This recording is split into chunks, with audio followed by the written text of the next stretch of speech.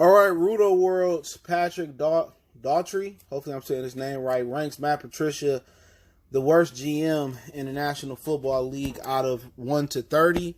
Only reason it's not 32 is because Rivera, head coach, general manager of the Washington Redskins, the Washington football team now, if you haven't heard, the Washington Redskins are out, and the Washington, D.C. football team moving forward until they get a new logo and trademark will only be known in season 2020 and until they get a logo as the Washington football team, which is the absolute joke of a lifetime, and just let you know how just how stupid that organization is since Dan Snyder took over. So, and there is, and the Cleveland Browns, they got a new general manager, Andrew Berry.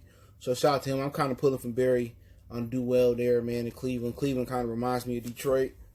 I think Cleveland went through a little bit more than Detroit because they lost their football team to Baltimore, I believe it was. But hey, let's get into it, all right? And basically, Patrick Daughtry ranks the NFL general managers from 1 to 30, and Quinn came in last. The other two the GMs were Ron Rivera and the Browns' Andrew Berry. Pretty much, they saying on the Pride of Detroit is that Daughtry's entire argument for placing Quinn last is the general manager insistence on adding former Patriot players, okay? To a comical degree, he said. Trey Flowers, Deron Harmon, Justin Coleman, Danny Shelton, and Danny Amendola, and literally 8 others. Quinn's only sees interest in expatriates on the trade and free agent market, Daughtry wrote. How about instead of co-opting someone else's identity, you create your own? It's a common complaint, but at this point in his tenure, it's a fair one. That blueprint of simply trying to recreate the Patriots in another city has never worked for any other team, and it's off to a rough start in Detroit. And while there are decent reasons for Quinn to do this, especially when the Lions are running identical defense to New England, and in shortened offseason, adding experienced players makes a lot of sense. It's hard to trust this process with so little evidence of success.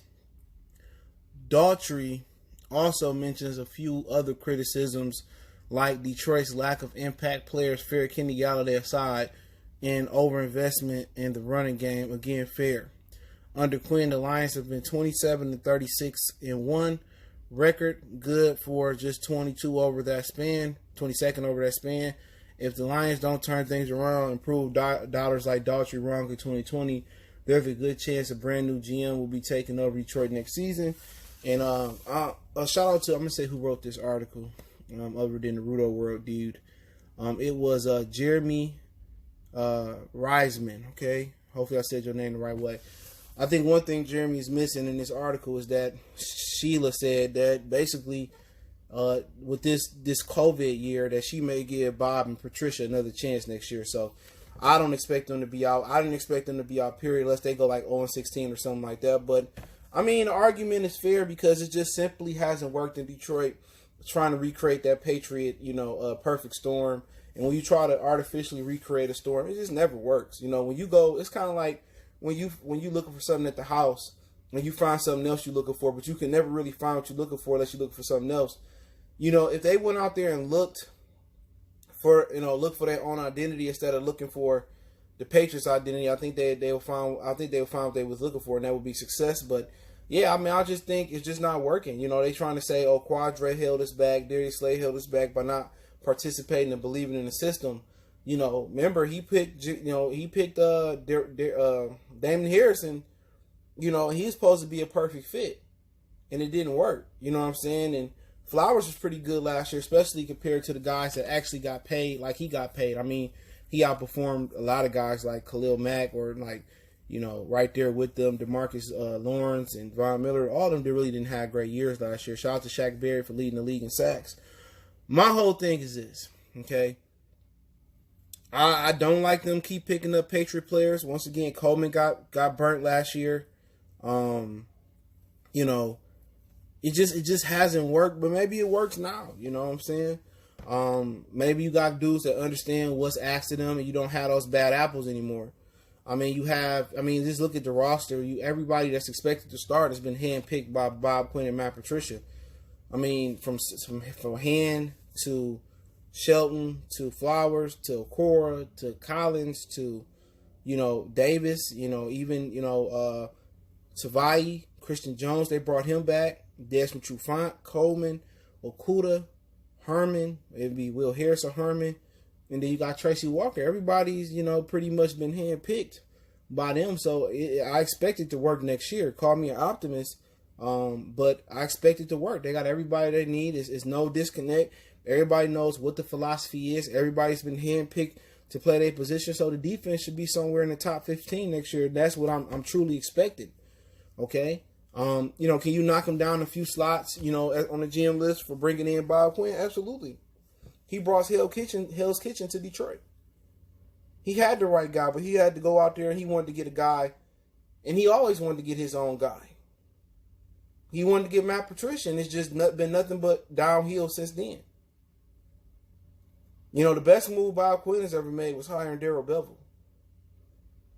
You know what I'm saying? I think that's the best move he ever made, but I mean, if you look at it in its totality before we talk about the rest of, the roster, the rest of his job. I mean, honestly, are there other GMs that's worse than him? I mean, I don't know all the GMs in football. I truly don't. If you take Cleveland out of the equation and you take Washington out the equation, let's just go through some football teams. I don't know the GMs. You go to NFC North, you say Green Bay, Minnesota, Chicago, GMs are better. You go to NFC South, you say Atlanta, New Orleans. I would say you have to give Carolina a pass, but, I mean, we say Carolina, they've got a better football team that's on paper right now could. And Tampa, right now they beasting. You go through the NFC East, Dallas, and was it William Clay? He's been doing a fantastic job. He don't get the credits that people think it's Jerry and Steven, but it's William Clay. And I didn't even know he was a brother, but you say Dallas, you say Philly has had a better run. You exempt Washington, and New York is debatable. It seemed like they got it right with Daniel Jones, and they got a lot of weapons on football. So I mean, we could say that's a debatable one. Arizona is looking to pass us up. I mean, the Rams, they looking to have done pretty well, and they still have some really, really good talent. I mean, Donald just alone is an animal, and they got Jalen Ramsey.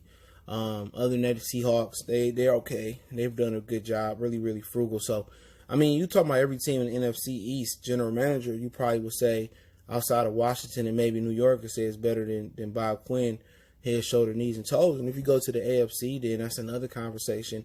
Pittsburgh has got a reputation. Obviously, we're not talking Cleveland since they have a new general manager. You look at Baltimore, they got one of the top teams out there. You look at Cincinnati. I mean, you can say, Cincinnati is worse than the Lions, but then again, they've got a really good roster as well. They got impact players, I think Burrows is going to be an impact player. A.J. Green, if healthy, is an impact player.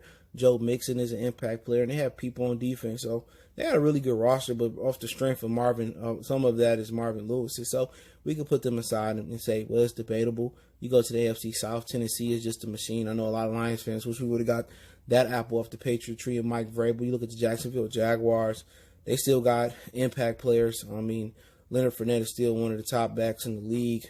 But they kind of stripped themselves, so you could put them aside and say, okay, those like three teams with New York and Cincinnati. So Houston, they still got, tremendous amount of talent. Indianapolis got tremendous amount of talent. Darius Leonard, T.Y. Hilton, the running back they got over there is really, really nice. So you go to the NFC East, Patriots is going to live off reputation. Bill is a mad scientist. The Jets have made a lot of mistakes as well, too. They got talent, but Jamal Adams is not happy over there. So I would say, okay, that's four teams you could put to the side. Buffalo is coming up. They made a great move by getting Stephon Diggs. Miami, I think they've done a tremendous job there so far with Brian Flores and the other brother that's the GM. I think the Raiders are doing a solid job. I would put them over the Lions. The Chargers have been doing a solid job. Obviously, Patrick Mahomes and crew. And Denver is really loaded up on talent. So we're looking at five teams that you can probably say that's debatable outside of the Washington and Cleveland, the Washington team football, whatever they call themselves, that are debatable, okay? to be honest. So to be honest, I mean, they might have a gripe here. I mean, well, we may not have a gripe here, but with Bob Quinn, I mean, things can change around. You know what I'm saying? They can change around. Also, you got to look at what he's done in the draft as well too. He hasn't been worse than Martin Mayhew or Tom LeWan. He hasn't. So when you look at that aspect of it, he hasn't been worse than them. He's been solid. I mean, the best draft Mayhew had was because of Brian Sanders coming from Denver.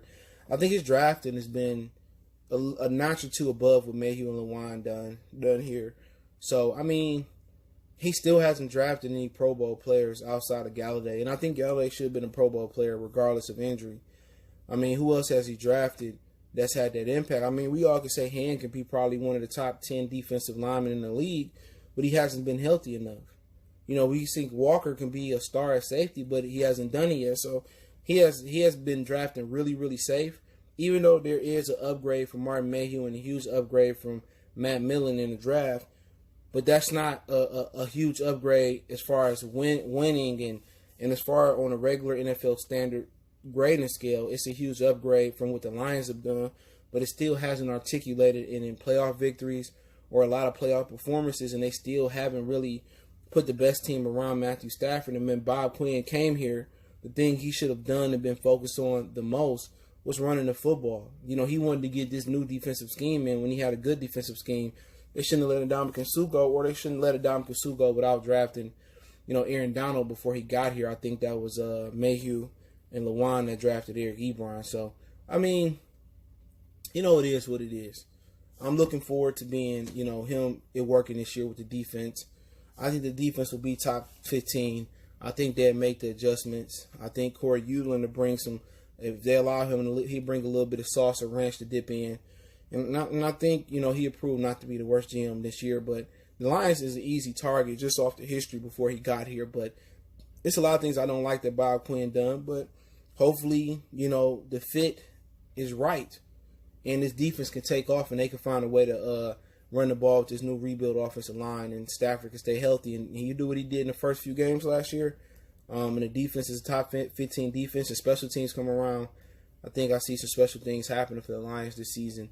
But hey, don't forget to check us out on Facebook, Instagram, Twitter. You can reach out if you got business, question, inquiry, sponsorship, video requests.